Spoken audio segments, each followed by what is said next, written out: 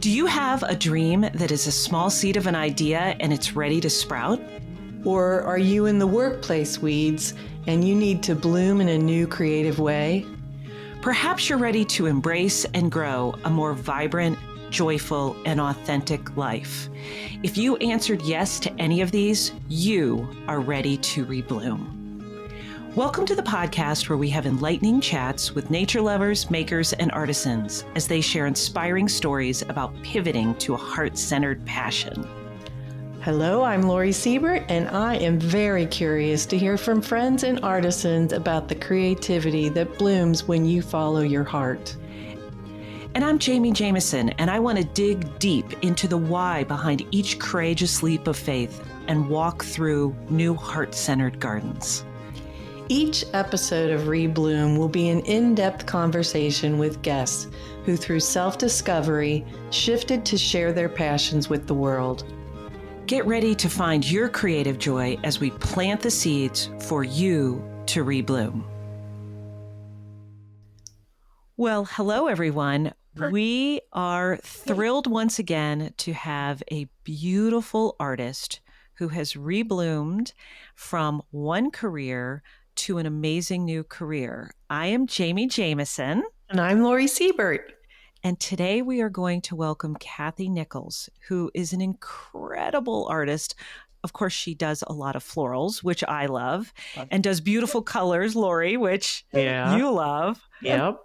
Incredible, incredible. So hello and welcome, Cathy.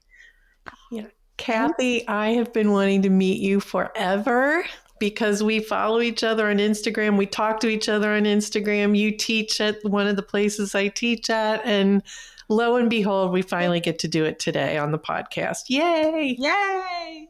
Yay. Well, not only do we get to meet you, but now our audience gets to meet you. And you are incredible, incredible. So welcome. Tell us a little bit, Cathy, about how you got going and how you got going with art, because it's a little unusual. Yes. Well, it all starts back in more of the normal places that most artists start, which is in childhood. So I was a very prolific child artist, and I was constantly drawing, constantly making up little stories in my sketchbook, and I was an only child. So there wasn't a lot of distraction going on. There weren't a lot of kids in the neighborhood. There was one strange neighbor that never spoke to me once at the bus stop. I don't know. And so I had a lot of time to focus on my art. Yeah. But this is important because the art for me, even as a child, was always sort of a form of self-care and self-love. And I would go, even as a teenager, I would go to my little art table, which was the kitchen table. Yeah. And I would take out all of my watercolors and I would start painting. And I did that whenever I didn't get invited to a party, or the boy I liked didn't call, or anything traumatic happened in high school. And that was my place to go to feel happy. And it worked every time. And so, I really want to go back to those moments because I think those are really important to remember, like as to why we create art in the first place. And it is kind of important to my story too, because my story is a little bit like, I always thought that I had this seed of creativity and I didn't feel that it was necessarily recognized when I was younger.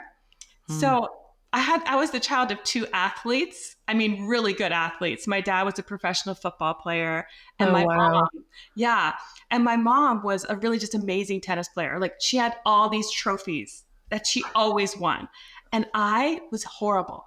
I don't know why. Oh, wow. I think I must have had like an eye problem. I don't know how I was drawing and painting. I had some real issues. I was not coordinated.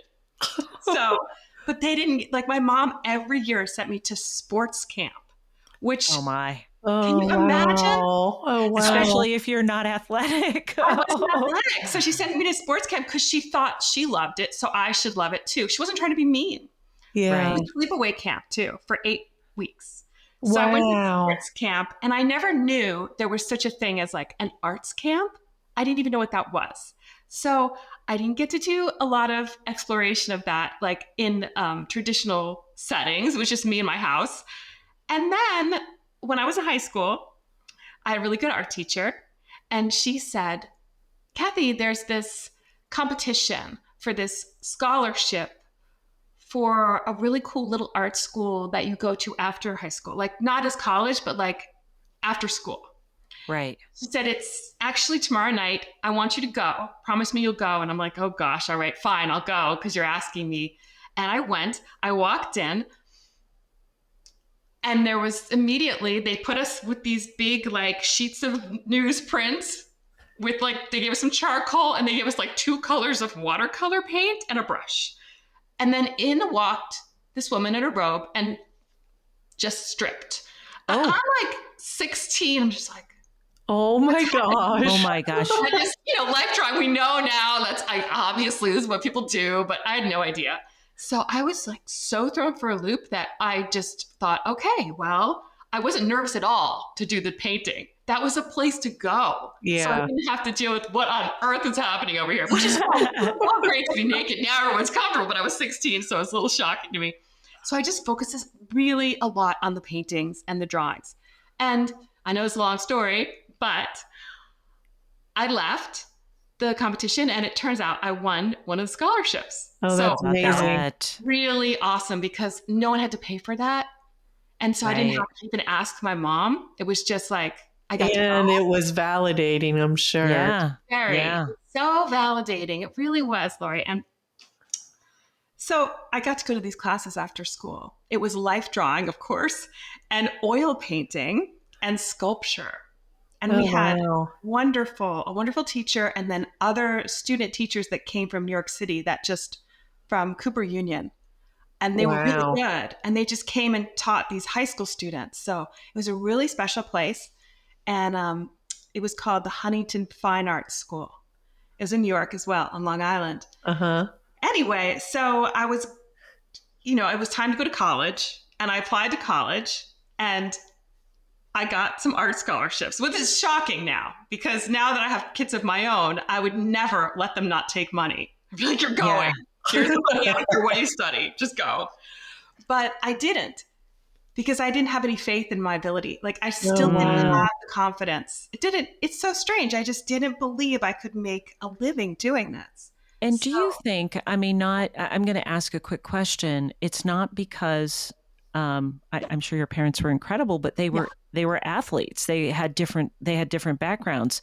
Okay. Do you think also because they didn't understand the art world? I think sometimes parents, I taught communication for years and at the university, and I would have the kids say, my parents think that this is going nowhere, that, and they discourage them. And I'm like, but do you enjoy it? There are plenty of careers here. It's just a lack of, do you think it was a lack of understanding maybe too? Absolutely. They wanted the best for me.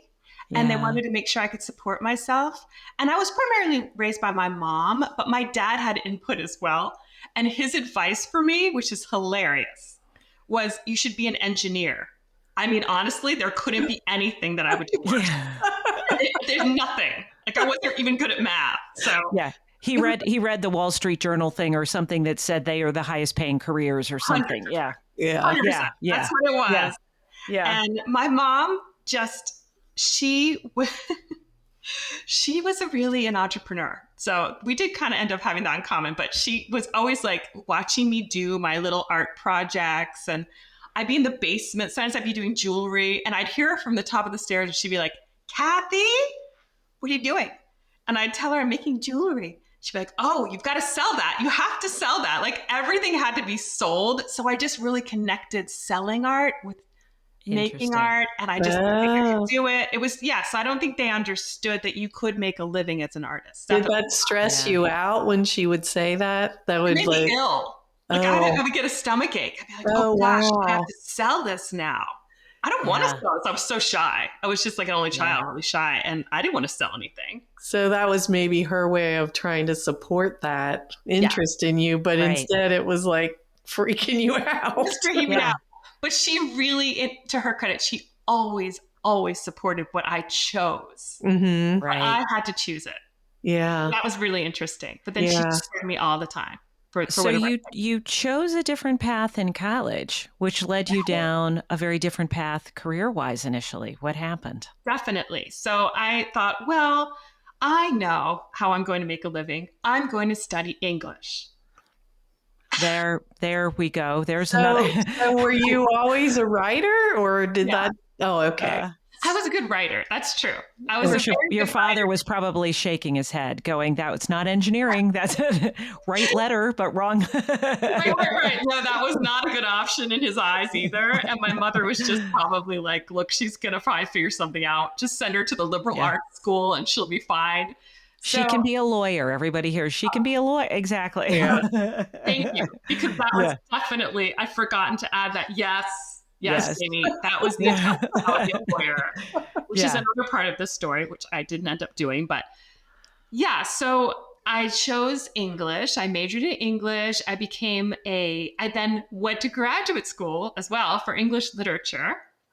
And I continued to do writing and essays. And I worked through graduate school teaching the incoming freshmen how to write essays. So your teaching piece started way back then. Yes, that's exactly right. That's right. So I sometimes forget that connection, that I did have experience teaching first. Yeah. And I did love those students. And I loved teaching them. I did. I just didn't make very much money, but I did love teaching them. And as a graduate student, you didn't really care about the money too much. Yeah. Yeah.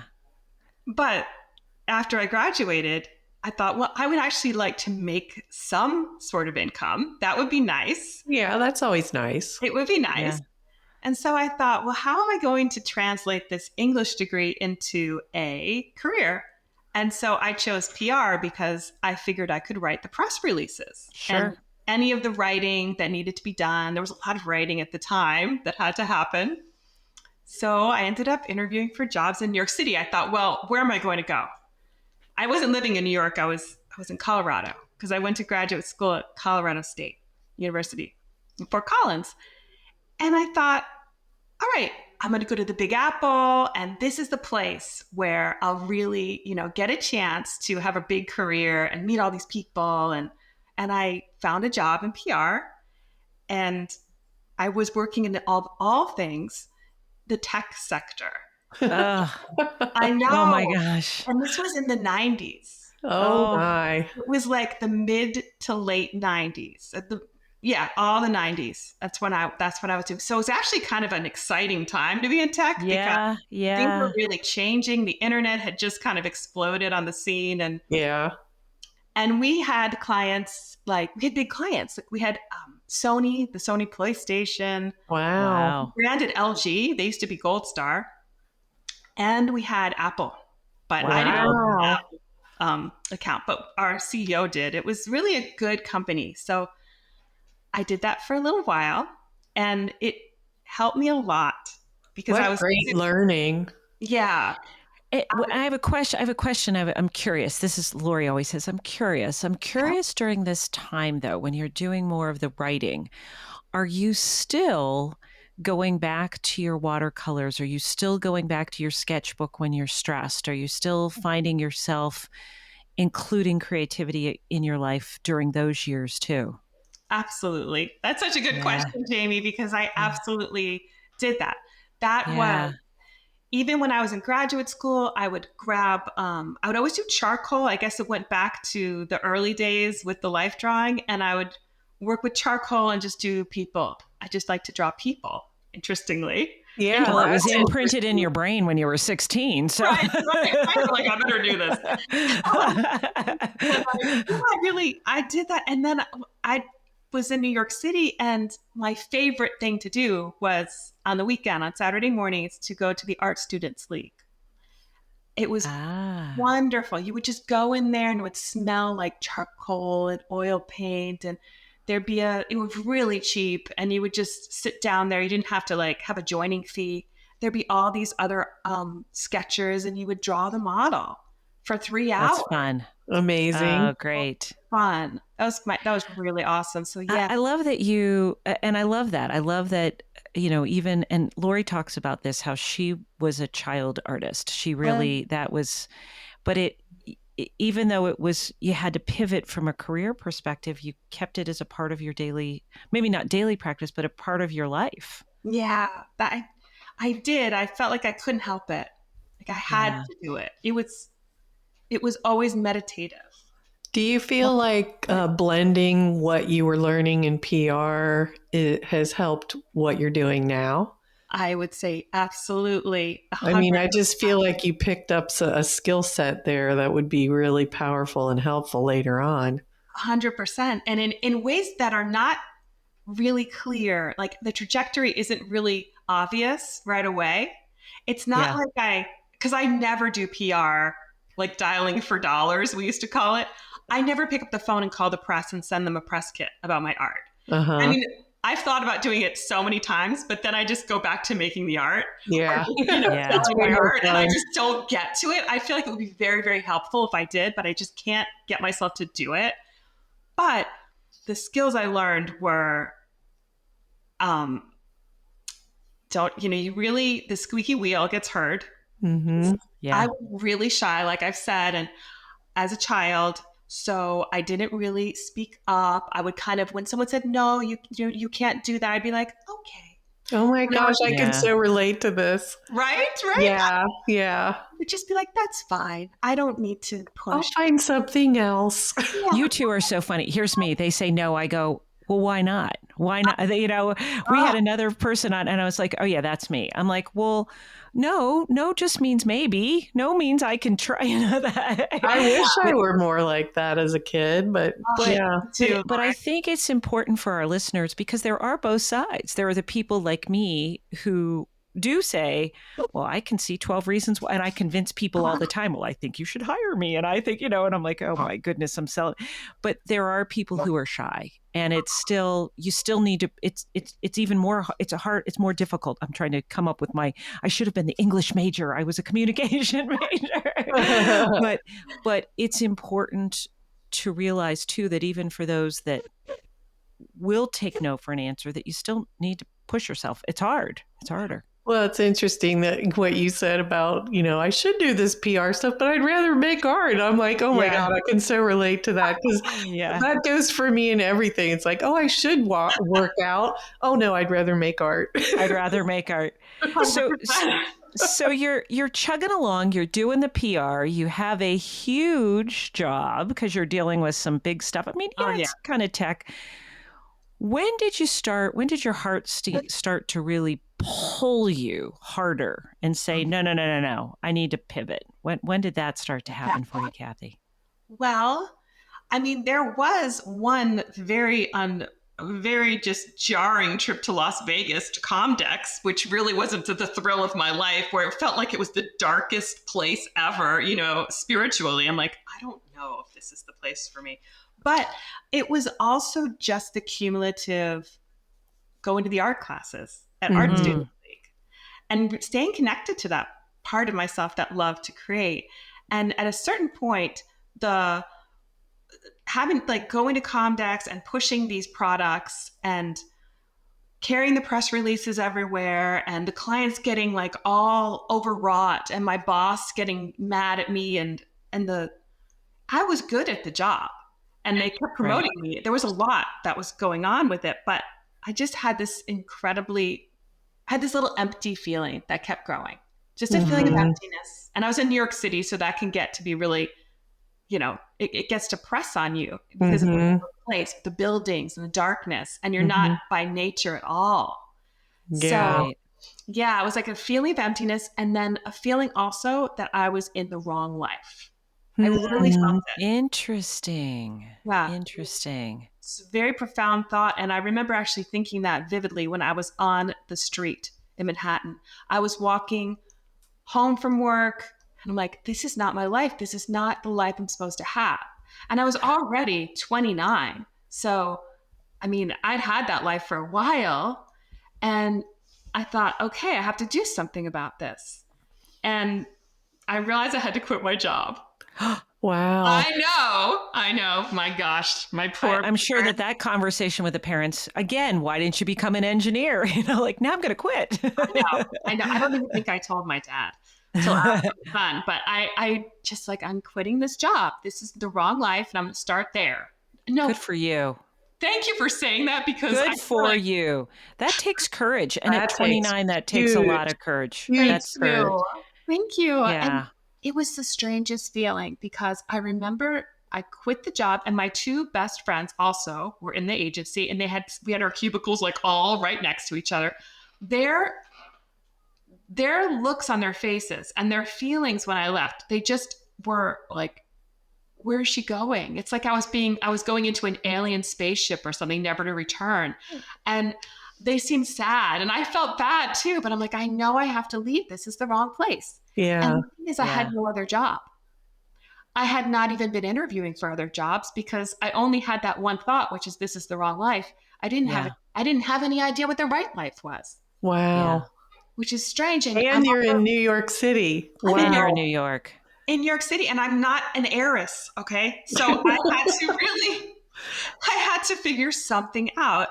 And the only thing I could think of to do was to go back to Colorado because I didn't finish my master's degree. I had just the thesis, like that long thing you have to write. And I just couldn't finish it in the time period. So I was like, oh, that's what I'll do. I'll finish this thesis. It was just a cover, really, for having to do, something. And then I found a really affordable room to rent. And I'm like, oh, I'll finish this thesis. This will be great. So I did actually finish the thesis. And I was all set to, start applying for jobs. I'm like, oh, I should be a professor. Clearly that's my calling. I'll go get my PhD now in English. And then something happened that changed it all. I was invited for 4th of July that same summer, to visit my friend who lived in Venice, California. And I went to Venice Beach, and this friend said, hey, why don't we do some painting? I'm like, really? You're a painter? Okay. And he took out these big pieces of plywood and these really like bright colored paints. And now remember, I was like, my experience was at the Art Students League and doing oil painting and black and white. And they were so bright. I still remember how colorful and pretty they were. And he had some oil pastels and some chalk pastels. He's like, here, let's do it. We'll do portraits of each other. And I thought, well, of course I had a crush on him, so that didn't. So we did these drawings and these paintings, and we turned them around to face each other at the end. And they were so beautiful.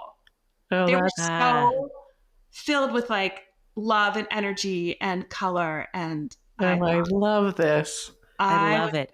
Please tell me you married him. Did you marry him? No. Oh no, here's more of the story. That is a different story. That's not this podcast. This podcast is about reblooming. Okay, I got caught up in the love. It's okay. No, he did ask me to marry him, and basically on that trip. Oh, wow. That's sweet. Wow. And we did get engaged. And we didn't end up getting married, which is a little sad, but it's all for the best, I'm sure. Yeah. So, but I did end up moving back. So I moved to Venice. I knew I had to live there too. I'm like, this is so fun. Everything about it was like, if that was the wrong life in New York, this was the right life. I just could feel that it was right. Yeah. What a change, a cultural change. Oh my gosh. What a huge change. It was so different.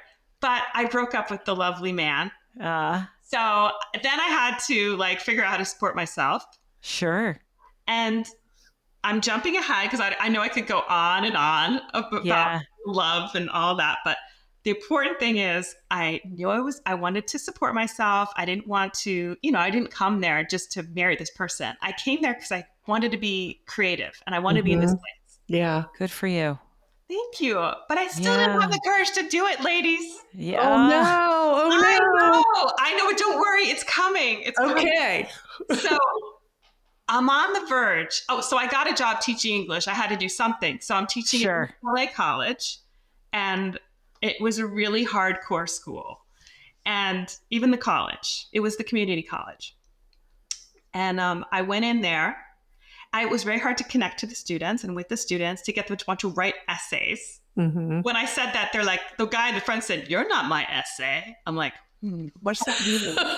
Oh boy. What does that mean? So, yeah.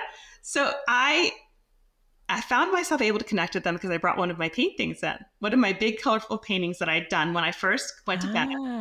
That was our show don't tell exercise. And as soon as I and I had sparkles in this painting, there were actual sparkles and stuff, and it was a house with a guitar around it, and it was really cool. And I said, "Here, let's write about this." And they're like, "Is that your painting?" And they loved me after that. I don't know why, but they saw that I wasn't boring, like this boring boring English teacher. Because they could, I think because art connects people. I mean, I think that's the beauty of it. And, whether it, whatever your medium is you're connected. You can find that connection point. It becomes almost like the triangle. You can have two individuals, but when you have something that is beautiful that you can look at and you can appreciate, whether you're the artist or the person that's enjoying that piece of art, it becomes the connection point in the triangle. That's so beautiful, Jamie. I love that. So pretty.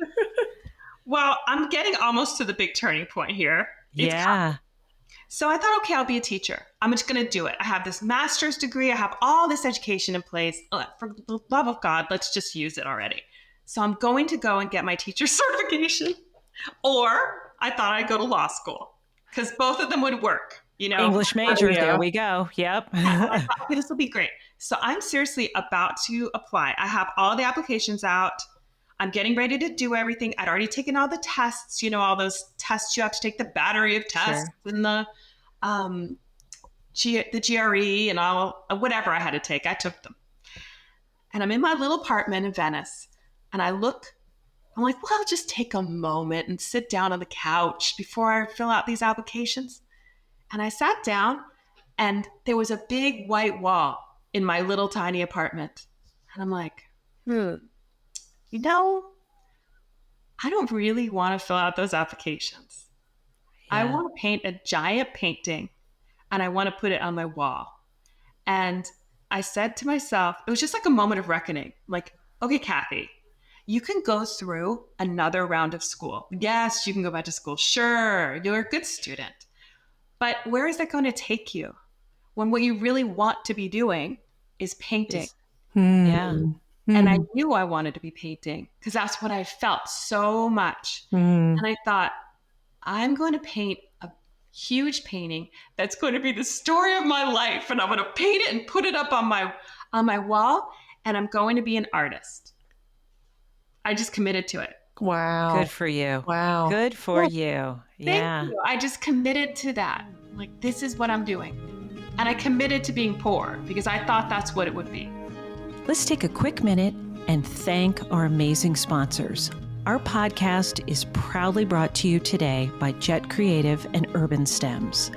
Jet Creative is a women-owned marketing firm committed to community and empowerment since 2013.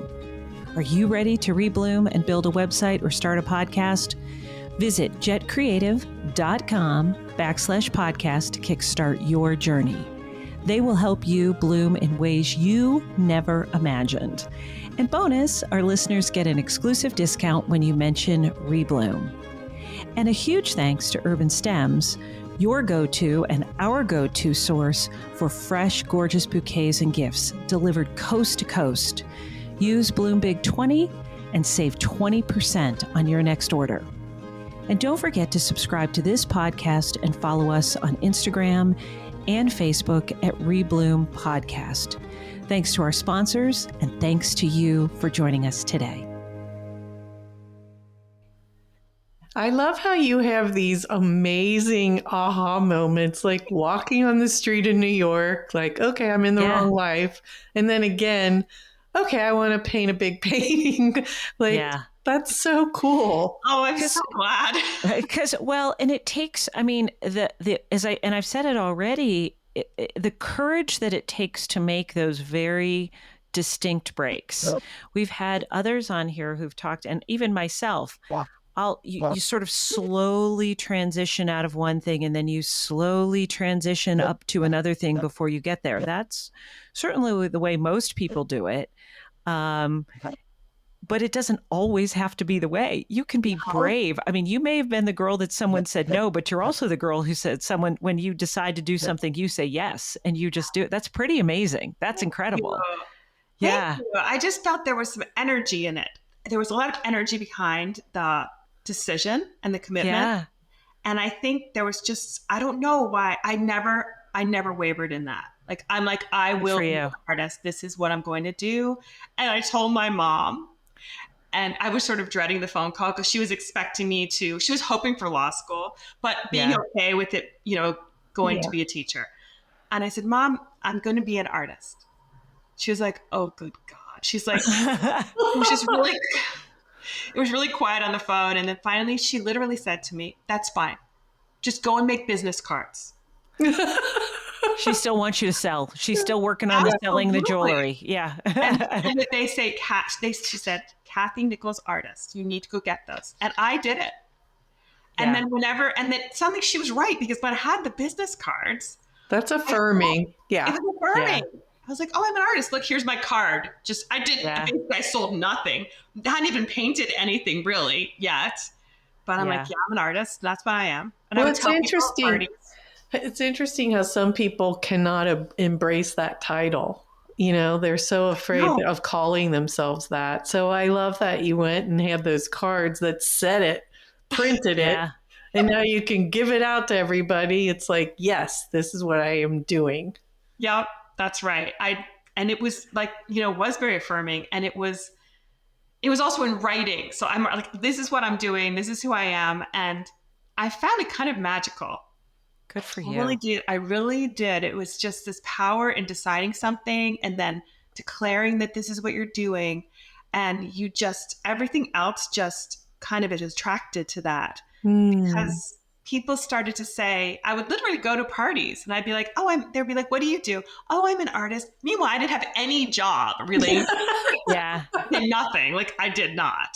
And I was no more of an artist than someone who was sketching, you know, at their room by themselves, and probably less so because I wasn't even doing a lot of sketching yet, but I did intend to do it. And I also started a journal, this massive series of journals where I was painting and drawing the story of my life, this idea I had in my head, all these sketches and all these stories. And I would get people that I knew to pose for photos. And it was so funny. Thank God I was in Venice. And I'd be like, okay, you're a bird.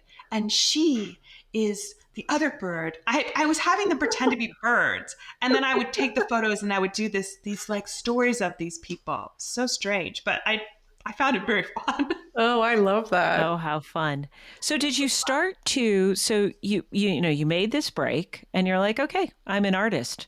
How did you, all right, I'm going to be a mom now. How'd you start making money and paying the rent? Like what you had to kind of dial it up pretty quick, I would imagine, or there might've been a side gig, but how were you making that happen initially? Oh, there was a side gig. There were two side gigs. I had several part-time jobs. Absolutely. Yeah. But they weren't anything career-like. Yeah. So you could commit to your art. Yeah, I could. That's I did great. get my master's degree, coincidentally, because I got to be a grader for the GRE. It was the best job at that time. You could do it from home, online. Oh, wow. Yeah. So that was really, really helpful. And I also had a part-time secretary job, like at a nonprofit.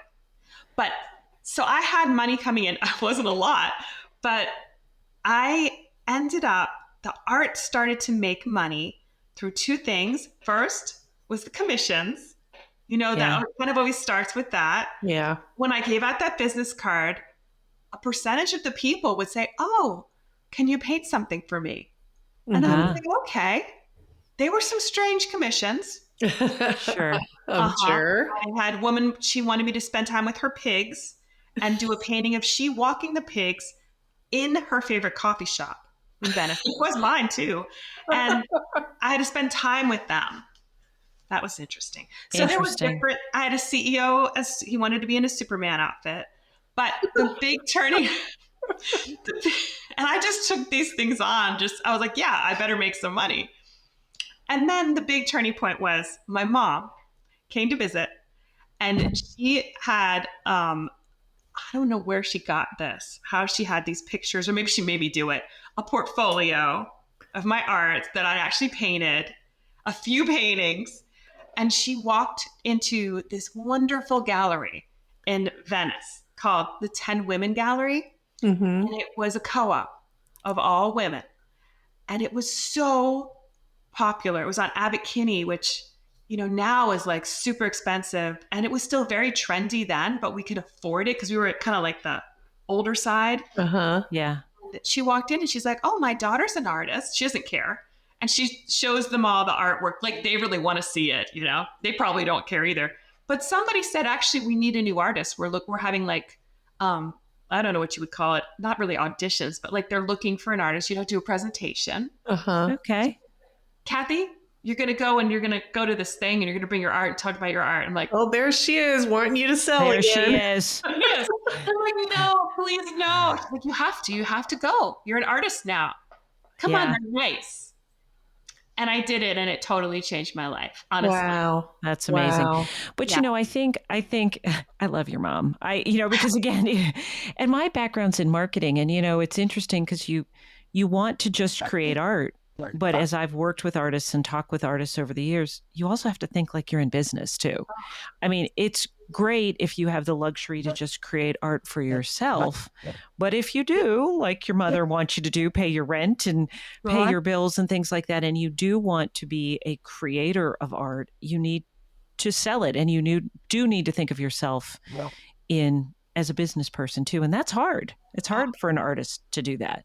Were you with your mom when she made that stop, or she did that on her own? Oh no, she just love your mom. All alone. Joanne, she had her friend Diane with her, so they went together, and I wasn't there. I was at home or I was out somewhere, and she just came back and told me what was going to happen next. Your mom was the OG influencer of how you did it back in the olden days, but that is the way that. It's interesting because had you walked in there, Cathy, it would be like, here's my art, I'm here. And they might have been like, oh, yeah. It's kind of nice when a friend says, or a mother, oh my gosh, you have to see blah, blah, blah, blah, blah. And then they're kind of okay to, all right, they'll look at it. And that's lovely because you've got someone else talking about it. She was your agent. She was your agent. She was your super agent. Fabulous. So lovely to do that. So you pivot. So I'm going to kind of fast forward for our folks. You've now got this amazing career. I'm going to take us out. You're in Asheville, North Carolina now. Yes. Tell us about, I'm going to kind of, if you don't mind, skip us a few years. Here you are, you've pivoted, you've rebloomed. You're a full-on successful, very talented, licensed teaching artist. What? And here you are. Tell us about that. Oh my gosh. There's just, I don't even know where to start, but I will say, that it didn't happen overnight. Yeah. So it was a lot of baby steps and a lot of learning along the way. Yeah. But there were a couple of big moments. And one of those was, one really crucial thing that I want to talk about, because I think it's important for the listeners, just who are artists, to remember to always keep doing your art. No matter what happens in life, you need to keep doing it. I had some really interesting things happen in my life. And I did start an art gallery of my own. Oh, wow. I moved to New York. I did get married. I had 2 kids, and I started an art gallery on Long Island. It's still there. It's called the Firefly Gallery. And I started it with my friend, Kate Sidney. And that was also really important because I was able to nurture other artists too. Lovely. But in that time period, I had these 2 babies, and they were only 18 months apart. Oh, wow. So I was trying to do my art with these 2 babies. And it was really challenging because one was awake, the other was asleep. And it was just like they weren't coordinating and they weren't helping. Well, I don't like to do that. They don't. No, they know. It's like they know. Nanny or anything. And I would do, like, whenever there was a moment when they took a nap, I would do a painting. I would do something. I probably didn't finish a painting. I would do something. So I was always creating along the way. And I was always trying to sell my art. I had a website really early on. Yeah. And Good for you. Yeah. I do kind of have to go back to the 10 women days because that's how I met a lot of clients. Ah, So sorry to that's jump really ahead for important. yeah. And it was Yeah. in LA too. So like you would get people that were kind of like Julia Roberts, and I met Owen Wilson. He came out Wow. with my paintings because it was, even though it was a tiny gallery, my paintings were tiny. Wow. People came there. So that was really helpful just to get exposure. It's not like I had a bunch of Hollywood clients. I didn't. I had mostly regular people that would just go on my mailing list. So I was kind of accumulating this mailing list very, very slowly over time. And also doing the website. And all of this just created a really like strong business background and sort of marketing and work ethic that went along. It was always a business once I started to sell it in 10 Women, the gallery. Yeah. Uh, Thanks, Mom. Thanks. Yeah. Yeah. So I kept Yeah. doing business. 10 Yeah. Women was in Venice. This was in Venice. Okay. Yeah. Yeah. And so no matter what I did, I had that background of I'm going to sell the art, even little bits and pieces. And I think the big thing that happened though, well, two big things. One big thing was that I got this amazing licensing job. So this licensing gig was from Sherpani Handbags. They are an REI. Wow. They, out of the blue, the CEO called me. I did not even know who they were and said, we want to put your art on bags. I'm like, this is totally BS. I don't know who this person is, but they just want to steal my art. That's what I thought. Yeah. I didn't even call back. But they weren't trying to steal my art. They really did put it on bags. They put them on the bags for 4 years. Wow. That was a huge advantage because I really needed the money at the time because I became a single mom with the 2 kids. So it supported me through that, which is another thing that was just really lucky. But the other big turning point was finally deciding I'm going to quit all these other jobs. I wasn't supporting myself as an artist until, believe it or not, I was a single mother, which is insane. Interesting. Yeah. And at that time, my job was taking me away from my kids. I was commuting like an hour each way. It was in New York. And I'm like, I feel like I can make money. The Sherpani gig was over, by the way. It wasn't like I had all this money. Yeah. I thought, again, I feel like I can do this. So I'm going to become a full-time artist. So that was a huge turning point. I did sell paintings. I did sell art. I didn't sell a ton. But I decided I was going to do it anyway. It was another one of those crazy things and making the decision again. Crazy, but you built up to it. Like A, you never stopped creating art. B, Never. You did the part-time jobs and built the art career. You were building it along the way. But there is a point. I think we all have that point where we need to say, not only am I going to put artist on the card, but I'm going to create the business that is an art business. And once you do that, to your point, that is a big pivot point. That's a huge pivot point. Yeah. I'm noticing a lot of patterns in some of these conversations we're having with people about this topic of reblooming. Mm-hmm. And one pattern I see is that as people go through the different seasons in their lives, they're picking up different skill sets that at some point down the road, they blend them all together.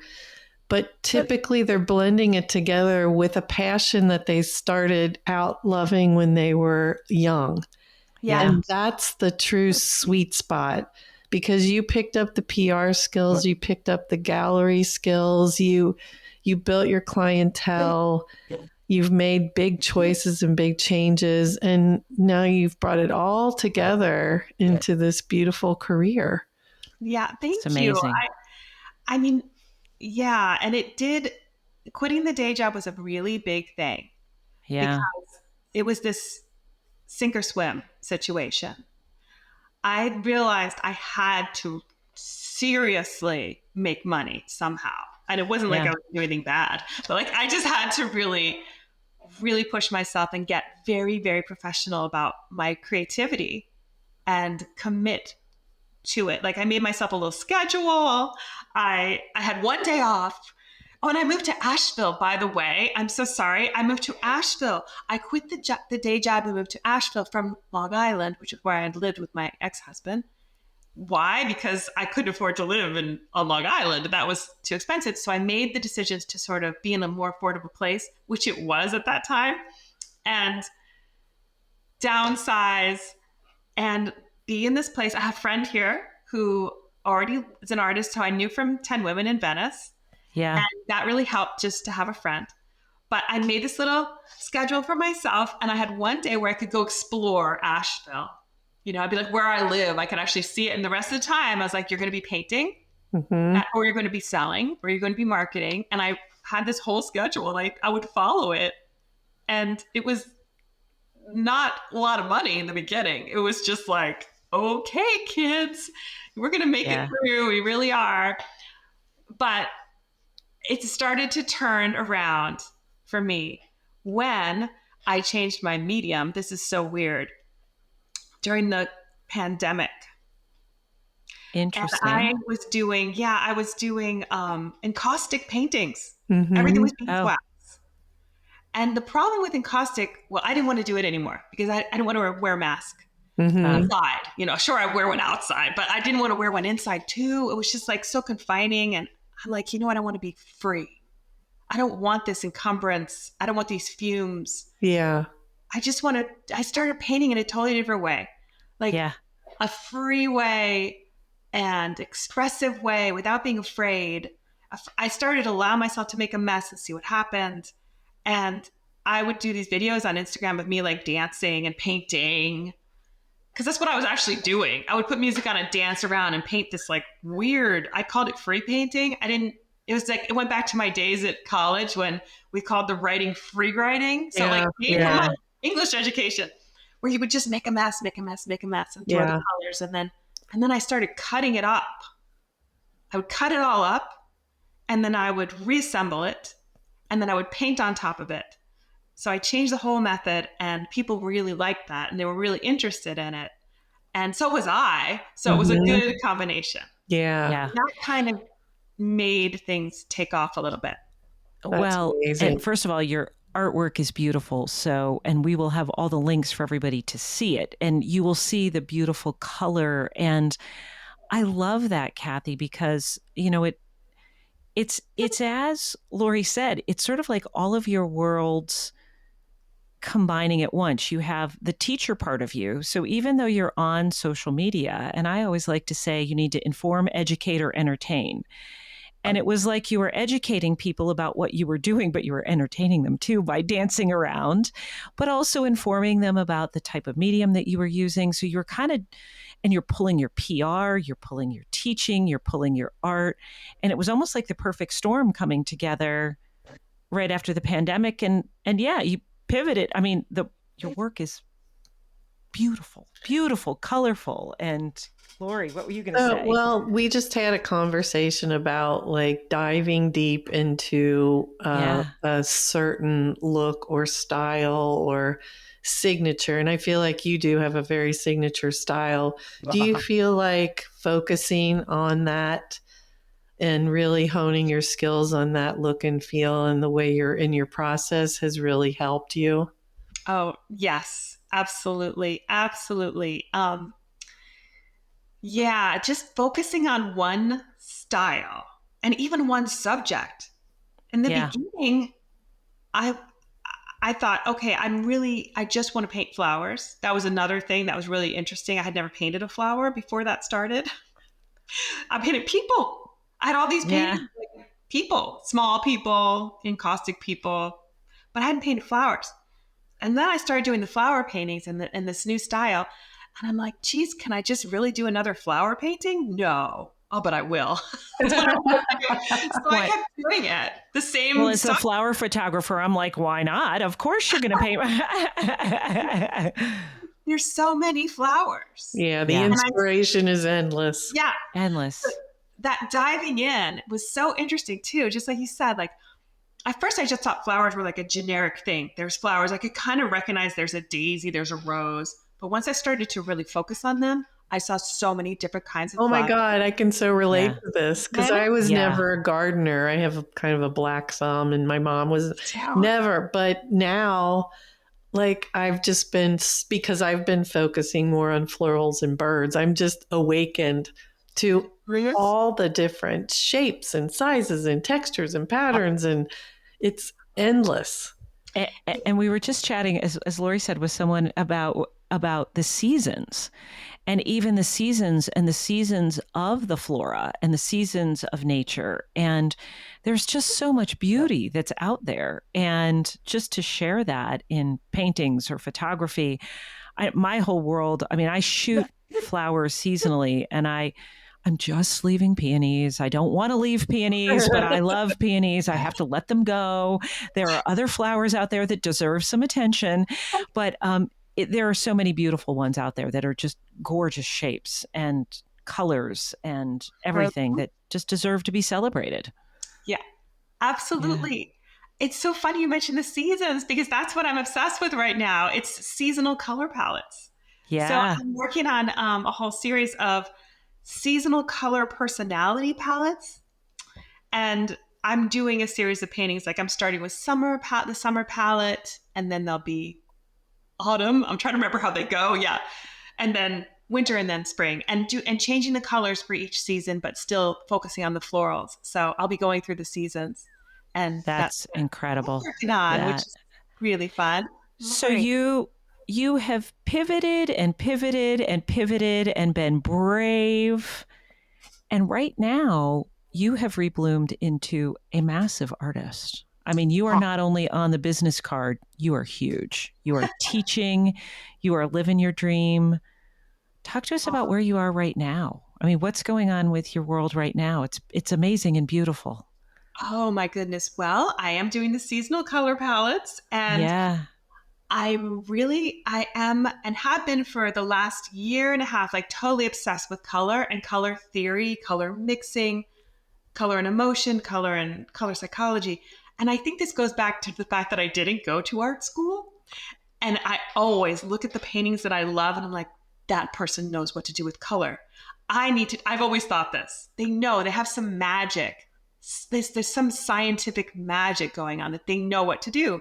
And so I wanted to educate myself so I could understand that. And so I did. I really focused on it and did a deep dive into understanding color theory.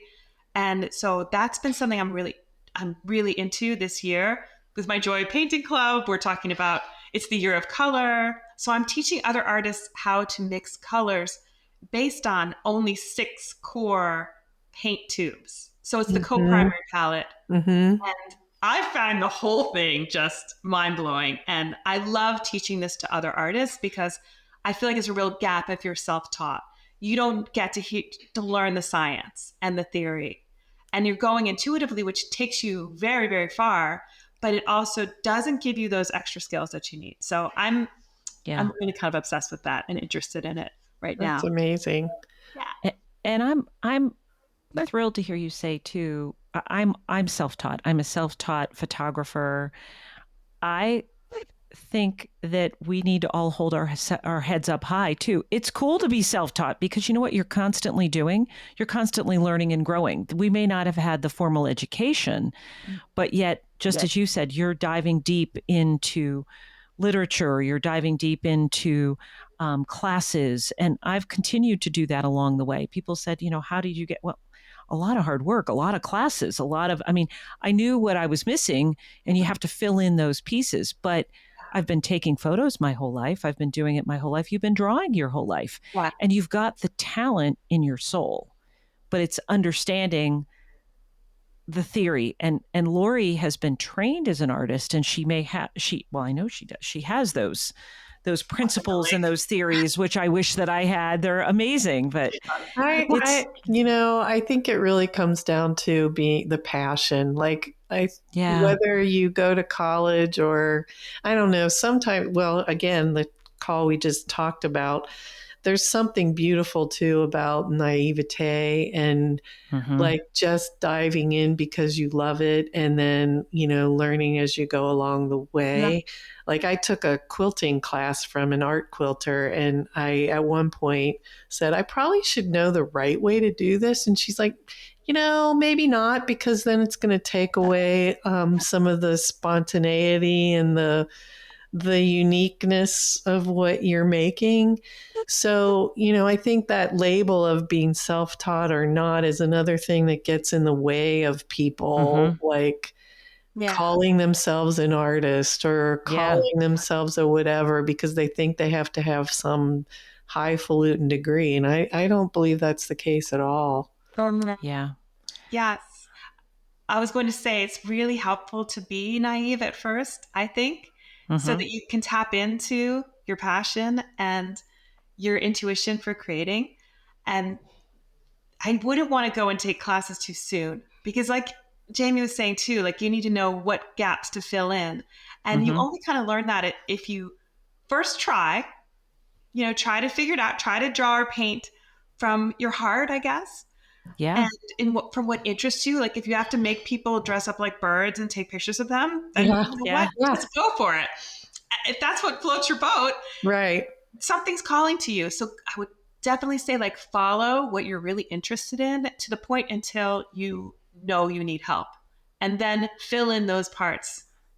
I guess I'm already telling my one little advice here, but no, that's and that is that's perfect advice, and that's a brilliant way, almost even for us to kind of end. Because I'm also thinking back, Cathy, to when you were talking. I'm seeing that little girl sitting at the kitchen table, just drawing because her heart told her to, and that is where you've come full circle, and you're now this lovely artist who's drawing with your heart again and creating with your heart. And that's the most beautiful thing that I think any of us can do. And you've continued that, you have that continuity through everything that you've done. And whether you've said yes or no or quit jobs, but you followed your heart. And I think if we all follow our child, that place when we're children, when we're like, this is what I want to do, then you create beautiful work. Well, beautiful.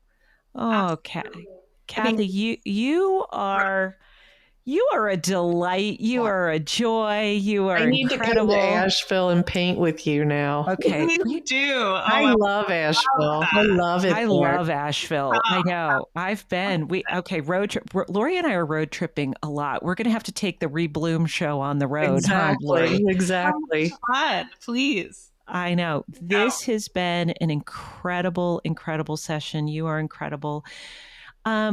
Maybe a short piece of advice, you just left us with a little pearl. Anything else you want to leave our listeners with as we say goodbye? I think it's more along the same lines of what I was talking about. It's that it's really important to listen to, it's so cheesy, but listen to your heart about when you want to create something. Allow that emotion to drive you. You don't know where it's coming from. You don't know what shape it will take. And it's not your place at that moment to know what shape it's going to take. If you knew what shape it was going to take, you would already have done it. Right. It's a journey. It's the journey. Yeah, it's a seed of just like that feeling, which is kind of the same feeling I had on the street when I said I was quitting my job, when I was looking at that empty wall. It's your heart telling you to do something, and you can follow your heart with your own artwork too. Follow it, allow it to come out, and then you can edit it, tailor it, whatever, but allow it to come out. You don't have to do what other people are doing. That's not really the way to learn. I think the way to learn is to follow whatever you can get out there that you already have the skills to do it first. So my son is a musician. He's a piano player. He's 15. And he sits and plays this music that he just makes up and plays it from his heart. And for a while, like the teachers and I were all like, you've got to, practice this etude or Chopin or you have to learn this whole thing. And all of us just kind of gave up on doing that because he was so intent on playing his music. His music. I've given up on that, but I think it was a really good choice. So we'll have to see what happens with him too, like what that path.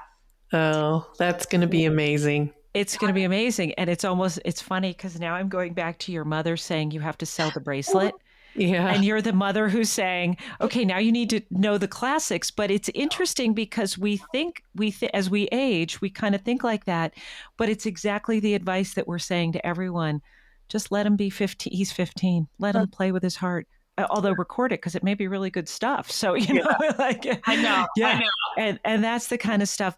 You are incredible. You have rebloomed in the most beautiful ways. You are going to inspire our listeners in every little pivot you've made. We thank you for the time that you've spent with us. And you're incredible. Thank you, Cathy. And I'm so glad I finally got to hear your actual voice instead of just commenting back and forth on Instagram.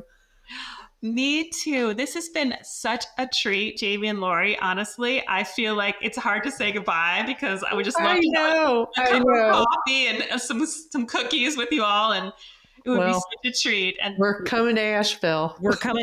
We will meet again one day in person. Well, thank you, everybody. Thank you for joining us.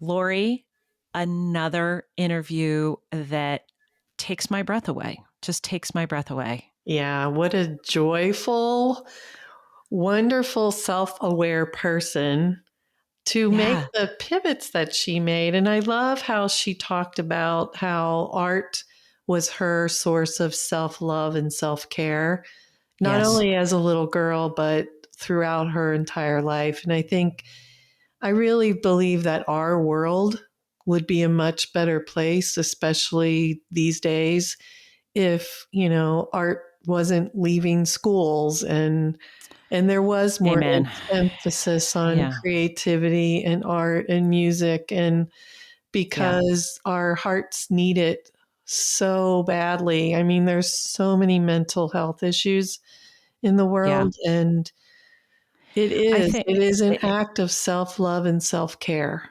It's interesting. I heard a gentleman one time speak, and he was in charge of the Shakespeare program in Washington, D.C. inner city schools. And he said, we're not trying to make more actors in the world. We're trying to make better scientists, better mathematicians, better humans, because they're looking at the world differently. When they have creativity in their life, it opens up a whole new world for them. And I love that Cathy, even though she was saying she was shy, and if somebody said no, she wouldn't do it, but her heart always told her yes. And when her heart told her yes, boy, did she have courage, because she left jobs and moved across country and started businesses. And that's the thing. When your heart is saying one thing, that's the loudest voice that you should listen to, is your heart. Yeah, that was the other phrase that really struck me, was that she said she was in the wrong life. And you just got to wonder how many people have that feeling and are going to work every day, and they're doing something that just feels like drudgery. And I know the paycheck, people need to make money, they need to make a living. And maybe it's not making a complete life change, a complete career change, but if there are ways for everyone to just plug into something that drives your heart and put a little bit of that into every day, I don't know, I just feel the world would be a better place. And on that note, my friend, that is where we will end, because that is so, so true. So until next time, everyone, peace, love, and rebloom. Life is too short not to follow your passions. So go out there and let your heart plant you where you are meant to be and grow your joy. We will be right here sharing more incredible stories of reinvention with you. Make sure to subscribe to our podcast so you never miss an episode of Rebloom. Until next time, I'm Jamie Jameson. And I'm Lori Siebert. Peace, love, and rebloom, dear friends.